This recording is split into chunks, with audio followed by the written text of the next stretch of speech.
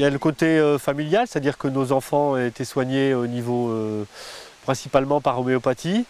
J'ai rencontré également des gens sur Paris qui travaillaient sur leur élevage avec des médecines comme l'homéopathie.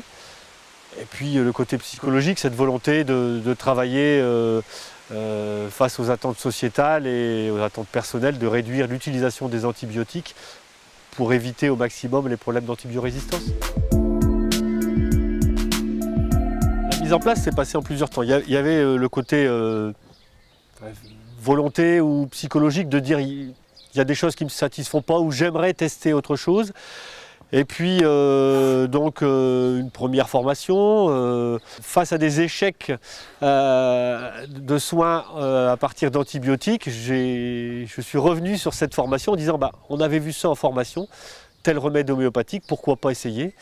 Et puis à partir de ce test qui était plutôt concluant, qui était très concluant d'ailleurs, on s'est pris, c'est pris au jeu de continuer petit à petit sur d'autres maladies et d'autres essais. Et on a formé un groupe, et c'est bien un groupe au sein du GEDA, au sein d'une association de développement agricole, qui nous permet aujourd'hui d'échanger régulièrement et d'avancer ensemble parce que c'est quand même une technique compliquée.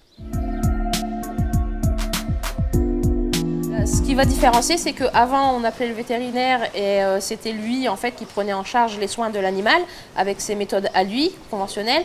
Et maintenant, ce qui change, c'est que c'est nous qui allons chercher les symptômes. Donc on ne délègue plus cette tâche au vétérinaire et on prend le temps d'observer ces animaux, on passe plus de temps avec eux et on apprend à mieux les connaître aussi. Et c'est de là que de fil en aiguille, on les soigne plus rapidement aussi. Donc on a ce gain d'autonomie en soins des animaux qui est quand même très intéressant. Et c'est ce qui change nos pratiques, en fait, c'est qu'on a aussi la satisfaction de soigner nous-mêmes nos animaux. Pour être un peu plus chiffré, effectivement, dans le groupe, par exemple, sur l'utilisation des seringues à mammites, on a réduit de 50%. Moi, personnellement, qui ai un peu plus de recul, aujourd'hui, on est plutôt sur l'ensemble des frais vétérinaires à moins 60% d'utilisation de produits antibiotiques. On s'est rendu compte aussi, grâce au GTE qu'on fait tous les ans, qu'on a baissé nos frais vétérinaires, puisqu'on est descendu de 23 € les millilitres à 6 € les millilitres en 3 ans de pratique. Donc c'est vraiment pas négligeable. Et aussi, on s'est rendu compte que on avait déjà plus de proximité avec nos animaux, tout simplement.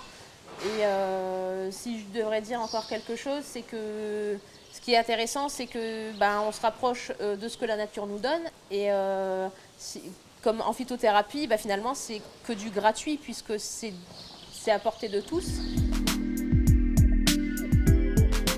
Donc aujourd'hui, avec le recul, je suis content du travail qui a été mené et puis on va continuer à progresser encore certainement.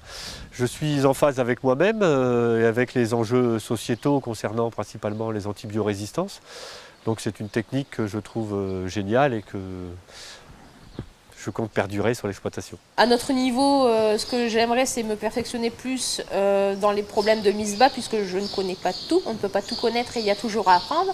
Et si j'ai un souhait pour l'avenir, je dirais que j'aimerais vraiment beaucoup que les agriculteurs s'y mettent de plus en plus, déjà pour notre avenir et puis aussi pour l'avenir de l'agriculture.